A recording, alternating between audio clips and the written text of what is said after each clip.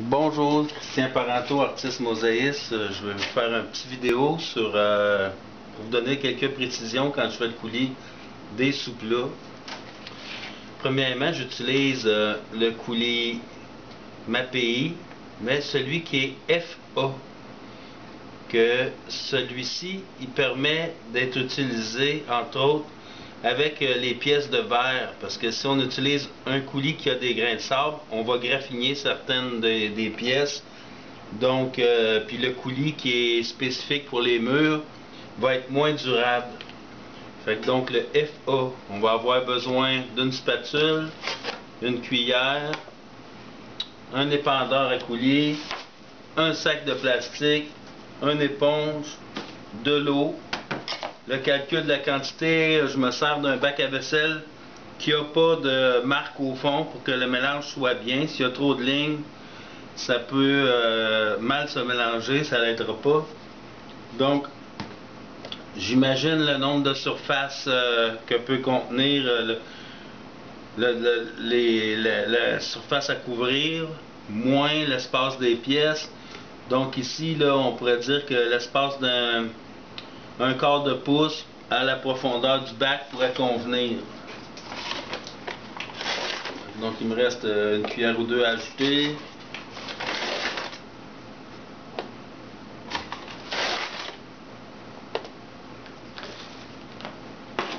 Quand on ajoute l'eau, ça prend à peu près un quart de la quantité d'eau par rapport à la quantité de coulis.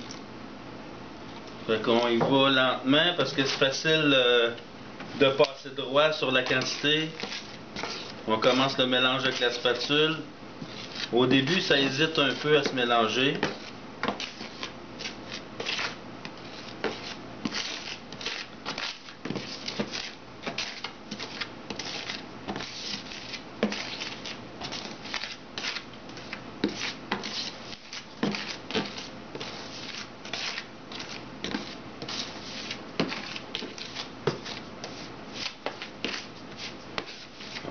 On voit clairement qu'il manque quand même beaucoup d'eau.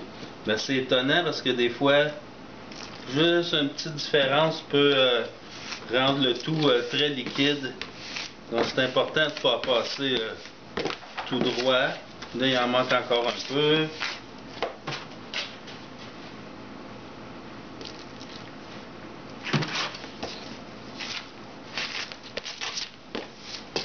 Moi, je fais le mélange de coulis un peu plus solide que ce qui est habituel de le faire. Pour la raison que quand les espaces sont larges, ça va aider à avoir une surface plus plane à la fin du projet. Quand que ça progresse bien, le mélange du coulis, je vais prendre mon épandeur qui va permettre d'écraser là s'il y avait ce qu'on pourrait appeler des grumeaux, là, même si c'est pas tout à fait le... Fait que je vois un peu dans tous les sens.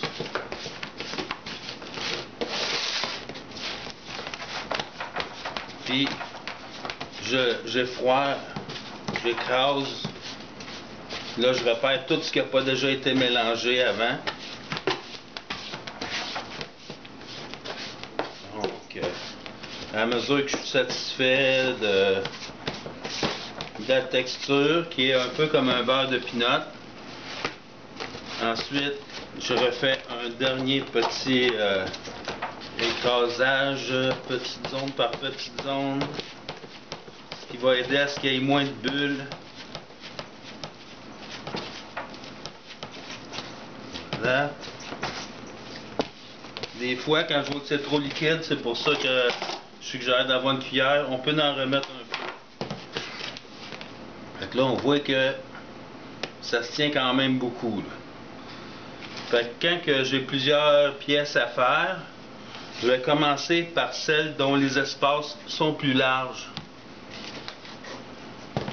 pour que le coulis ait plus le temps de sécher, de durcir un peu.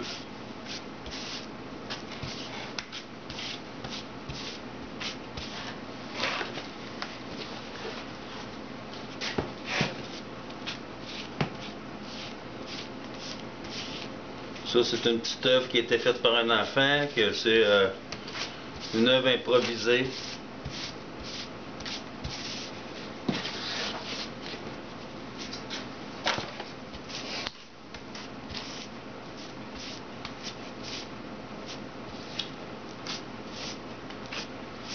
Voilà. Quand je vois que j'ai pas mal la bonne quantité, je regarde s'il y a quelques bulles, je peux ajouter un peu sur les points qui me semble y avoir des petits manques.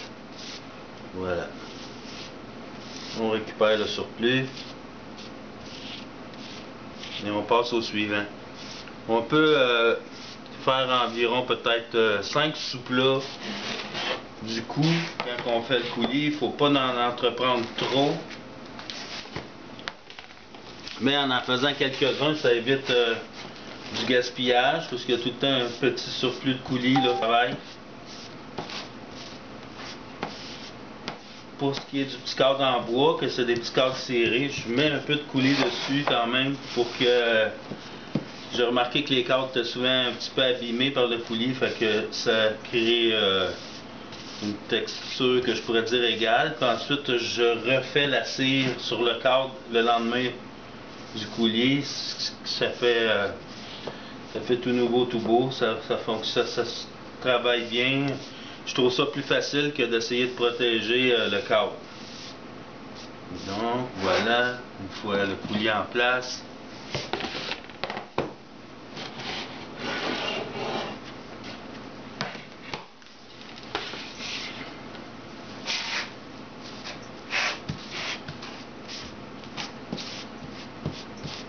j'appuie pour que le coulis rentre un peu en dessous des pièces, ce qui va ajouter beaucoup à la solidité. Faut pas trop en avoir sur les mains. Puis le coulis EFA est un petit peu moins acide que certains autres. Les anciens coulis étaient beaucoup plus acides, ce qui est très difficile pour les mains.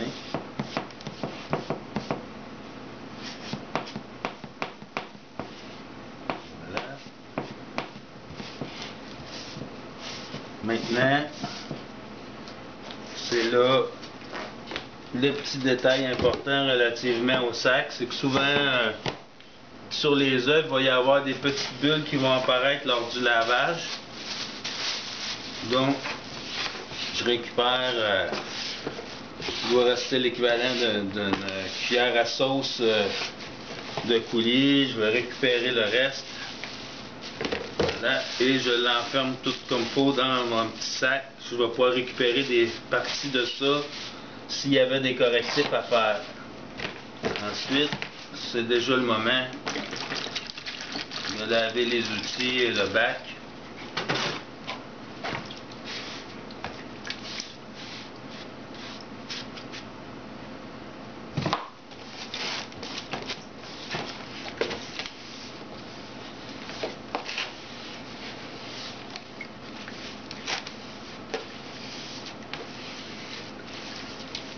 À ce moment ici, quand j'ai dilué les restes, bien, je prends le temps d'aller jeter tout ça dehors pour ne pas bloquer l'évier, parce que ça peut facilement figer dans la tuyauterie puis briser les tuyaux de la maison.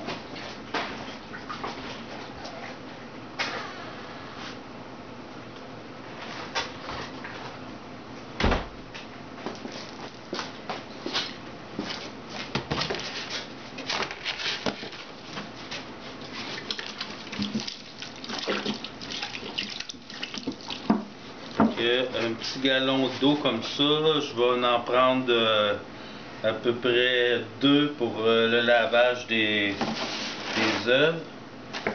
Fait que au premier rinçage déjà j'avais mis la moitié du gallon. Puis ensuite pour le lavage c'est aussi, on pourrait dire, la moitié du gallon environ. Je finis de rincer les outils.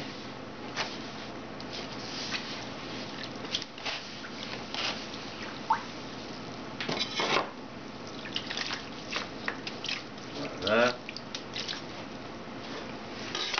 On voit que le coulis commence à sécher, les signes ici des parties où c'est plus mince, là.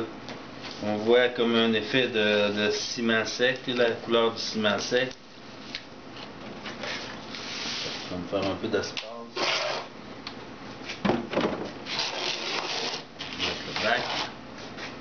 Fait que lui ici, là, c'est une zone que les espaces étaient relativement larges. Fait que lui, je vais le laver en dernier.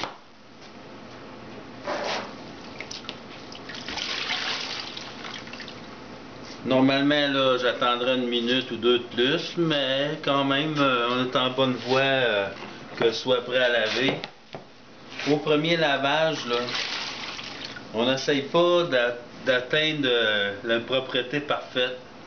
On se concentre surtout à regarder les joints de la céramique, le coulis, pour que on soit satisfait de la profondeur du coulis par rapport aux pièces. Là, je m'approche tranquillement de ce que je souhaite comme profondeur, puis que toutes mes pièces soient visibles. Occasionnellement, il y en a qui sont plus basses. Si je vois une pièce qui pourrait chercher à disparaître en dessous du coulis, je pourrais, à l'aide d'un couteau à barre de cuisine, la décoller, et même si elle ne serait pas fixe, elle figerait dans le coulis en faisant attention pour ne pas la déplacer. Si j'ai remarqué qu'il y avait une petite bulle qui voulait apparaître, je peux récupérer un petit bout de coulis à côté. Voilà. Bon. Fait que là, on s'approche de ce qu'on veut comme par rapport à la profondeur du coulis. Ici, on voit qu'il y a une petite mini-bulle. Donc, je répète encore la même petite opération. Voilà. Maintenant, juste un petit lavage du cadre.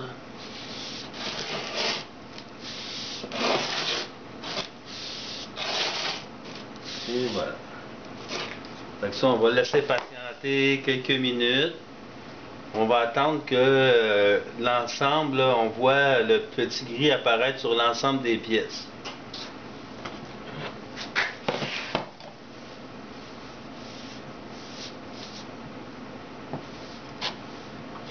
Si j'essaie de remplir une bulle sans ajouter de coulis, le fait de repasser et repasser pour étendre le coulis va faire que la profondeur du coulis peut être trop profonde. Là, ça va agacer le résultat. Voilà. Oh, on voit une bulle.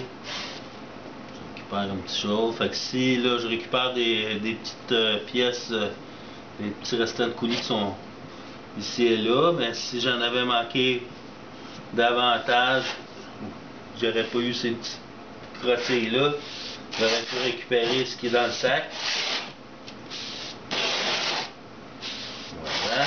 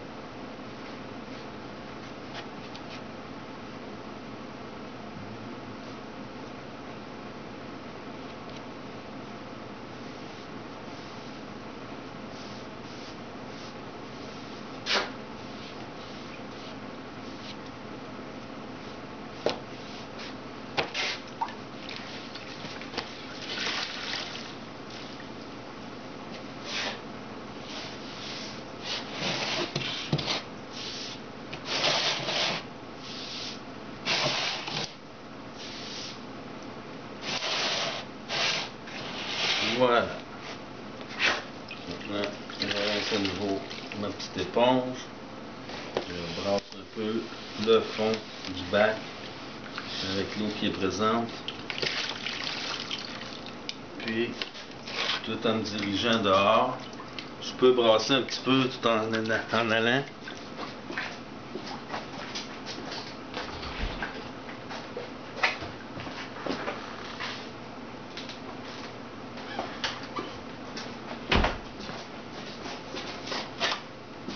Fait que ça, je jette ça sur le sable ou la neige qui est là derrière l'atelier. Malgré les années, ça paraît pas vu que c'est bien dilué par l'eau. Donc là, on peut ajouter de l'eau à nouveau. Fait que je sors mon deuxième gallon d'eau.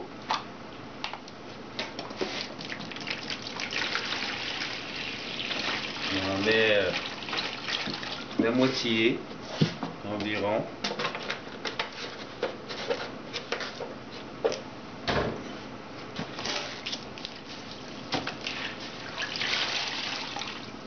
Je rérince mon éponge. Là, normalement, j'attendrais facilement 1 minute ou 2 ou même 3 de plus. Là. Mais pour que la vidéo soit plus courte, je suis prêt à procéder. Fait que quand j'observe, je vois encore une petite mini goutte. Une petite mini bulle.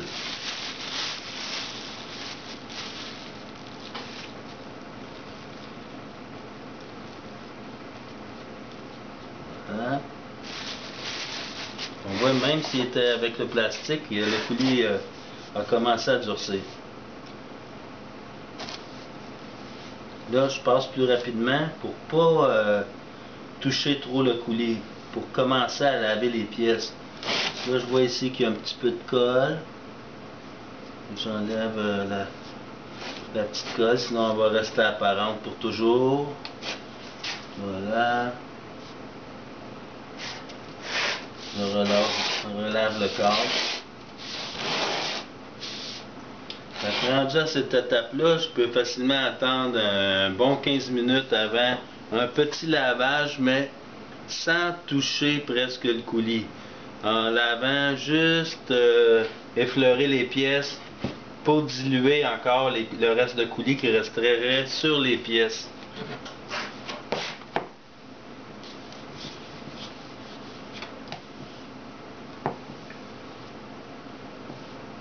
Voilà. On tourne l'éponge pour avoir les côtés les plus propres possibles.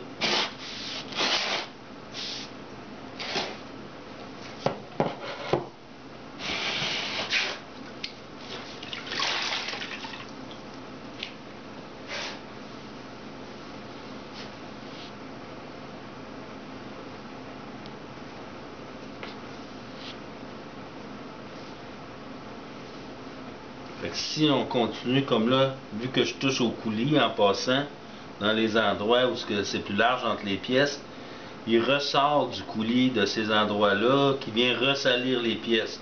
Donc on peut tourner l'éponge de façon à en récupérer un peu, mais à un moment donné, il faut lâcher prise, puis laisser le durcir un peu. On revérifie un peu pour les bulles. Voilà. Donc, dans 15 minutes, je vais faire un lavage semblable. Et puis, ensuite, dans un autre 15 minutes, une demi-heure, je peux repasser un peu avec l'éponge. Puis ensuite, je peux prendre un vieux gilet de coton. Là. Je vais vous montrer un mauvais exemple, mais pas avec vos vêtements, mais juste comme essuyer les pièces un peu comme ça, sans toucher au coulis, qui va vous donner un résultat rapide. Je vous fais une petite vidéo sur la cire ensuite le lendemain du projet pour corriger le tout. Merci, bonne chance avec vos projets.